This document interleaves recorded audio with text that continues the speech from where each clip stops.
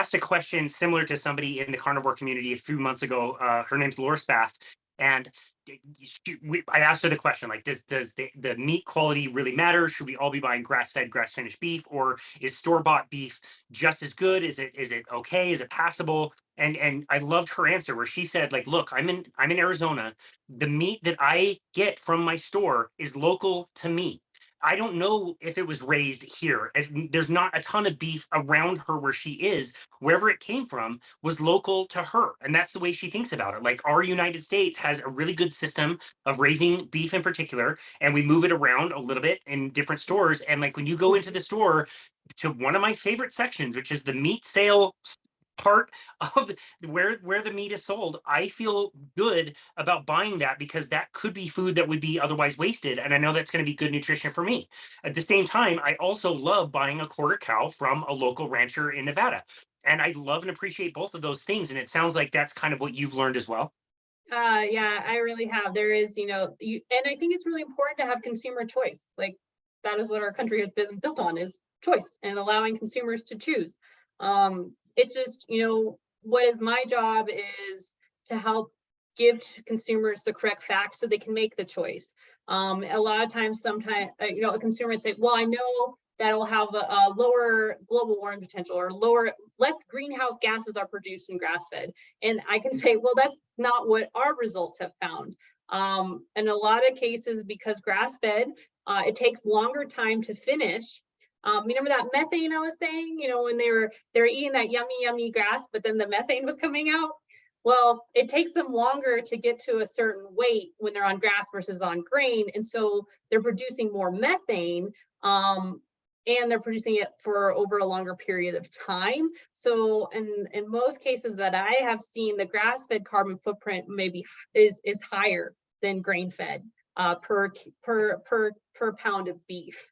Wow. But it might have a lower water footprint or higher water footprint, but in most cases, because you're not running a feed mill, you can have a lower energy footprint.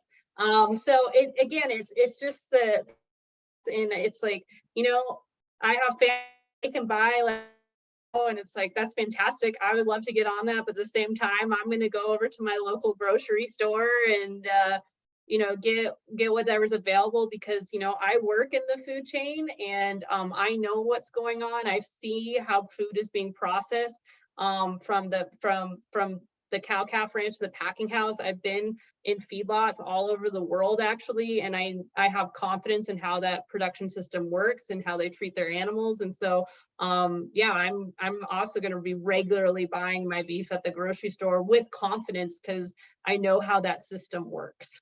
Yeah.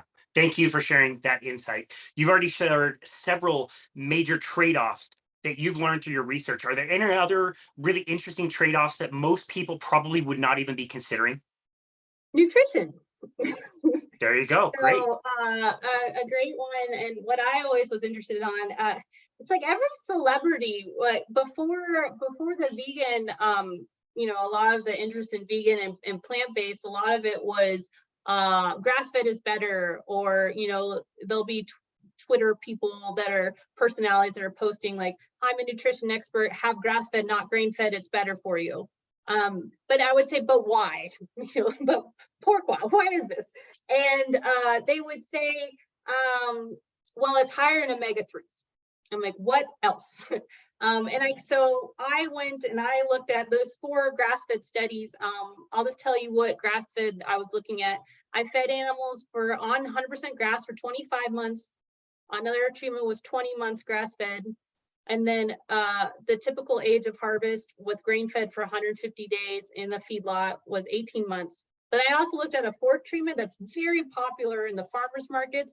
We grass-fed them for 20 months, and then we grain finished for 45 days. So that's becoming a very popular, more niche market, farmers market that producers are doing. And what we saw is that grass-fed for 20 months, but then grain finished for 45 days had a very similar nutrition profile to an animal that was grass-fed for 25 months.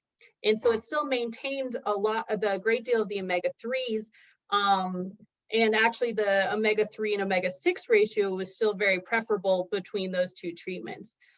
Yes, grass-fed generally is going to have higher omega-3s.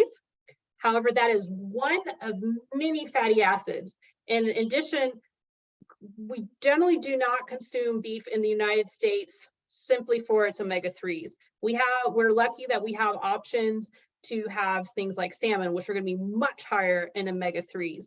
But in more developing nations, they might be landlocked, not have access to fish, and actually omega-3s are very important from their lamb and their goat and their beef.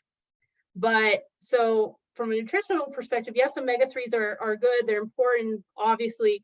But in addition, MUFAs, which are monounsaturated fatty acids, which the FDA has recently reported that they are a healthy fatty acid. They're important for heart health.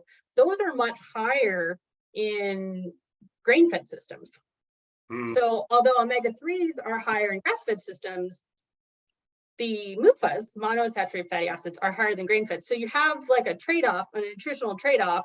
And so it's really difficult to actually definitively say, one is better than the other. It's like, well, one is better in one thing and one is better than the other. So if you're basing your purchasing decisions from a human health perspective, know that there's going to be trade-offs. The other thing to keep in note is that you're going to have more variability in your grass-fed systems compared to your conventional systems. The diet is more regulated, and so you might have a grass-fed animal that's really, really, really marbled.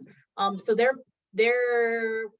fatty acid profile is going to be much different than some of the conventional grass-fed that you're going to get in the grocery store. That's much, much, much leaner. So wow, it just depends where trade-offs. you're getting things from. Trade-offs again. Yeah, that's so important. I'm so glad you explained that. I do want to go back to that type of a feeding system. It occurs to me that doing, the grass for 20 months and then finishing for 45 days on grain, for what reason are they doing that? Is it specifically for nutrition? Is it for increasing the efficiency, or is it even just as simple as something like taste? It's all of them. So animals are able to gain more weight and to marble better, and when they're on that diet, so it provides nicer eating quality. So a lot of producers are doing that because it had to do with economics, animal performance, and then consumer preference. So there's the idea that they're on grass for an extended period of time, so the consumers, a lot of the consumers prefer that, but then they want to maintain a high quality, taste. And a lot of consumers, they do not like the taste of grass-fed. Some love it, it just depends.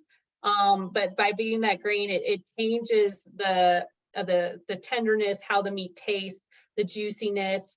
And then what was just really interesting is that you can do that short grain finishing, but you can still maintain the high quality, nutritional profile of that 25-month.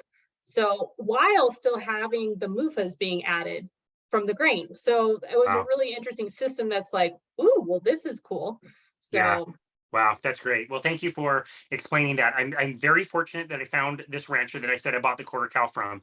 His meat tastes phenomenal, and it's grass fed, grass finished, everything. The cows never even leave the property. It tastes amazing, and that's the first experience I've ever had with grass fed, grass finished, where I didn't think the taste was terrible, and that was prohibitive of me eating any meat. And so it was either grain finished meat or no meat. And so there's a lot of nuance there, and a lot of people don't appreciate the taste. I want to just reiterate something you said earlier. I'm so excited to ask you about this. You said that you have spent lots of time on lots of different feedlots, correct? yes. Okay. There is this idea that grass fed, grass finished on the ethical side of things is like, this is the best life for a cow. And from what I've seen, it looks pretty amazing. Like the rancher guy described it as cow heaven. They love it. They eat all kinds of different, grasses and vegetation. And, the kids get to play with the cows all the time and like have cool interactions. It looks really amazing.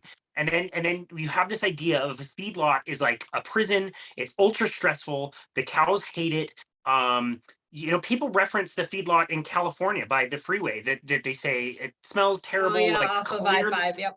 clearly this is the worst thing ever. It's cruel, it's awful, it's stressful, it ruins the environment. What have you learned about life or about feedlots themselves as part of that system? Those animals are monitored 24/7. I can tell you that. I will speak to my own experiences because I had animals in the feedlot and I had animals on grass. I was when I first tweeted my paper, I was brand new to Twitter. I still am pretty new to Twitter, and I posted the paper in excitement, and someone that was a vegetarian or vegan, she was very angry, and I didn't talk about animal welfare. Even though I was like, okay. And I told her we maintain the best animal welfare for all of our facilities. But ironically, the only quote uh, animal health issue besides the pink eye was from my grass-fed systems. I had two boys that got in a fight and I literally had to separate them like kindergartners. I went out there and had to build fence and do a buddy system so that I can keep them apart for a while because one I got hit. He was fine, but he Wow. was limping a little. And I just thought that was so ironic that the only issue I had was from my boys being butt heads and fighting each other. But it was funny when I had them out on range, my grass-fed animals, I did my best to check on them, but I couldn't, I was an hour away. I couldn't be there every day. There's someone that was living on the facility that can check, but they're out and about and they're doing their own thing. So, but when I had my animals in the feed yard, I was there every morning and every night checking on them. When I showed up, they would come running versus my grass-fed animals ran the other direction. Wow. Because they're like, oh no, don't bother with us. But my feline animals knew I was going to feed, and so they got super excited.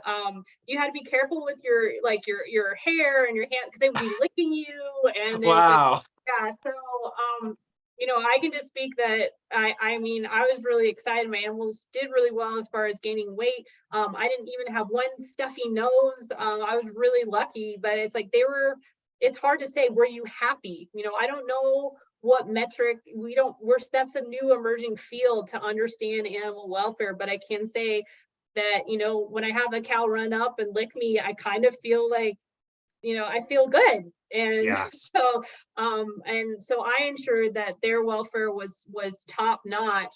And I can say that the feeders that I talked to and I've worked with, like, that is their number one concern. They're involved with the beef quality assurance. They're involved with all the universities to learn about this. It's an emerging field, and just to maintain the highest animal welfare standard possible.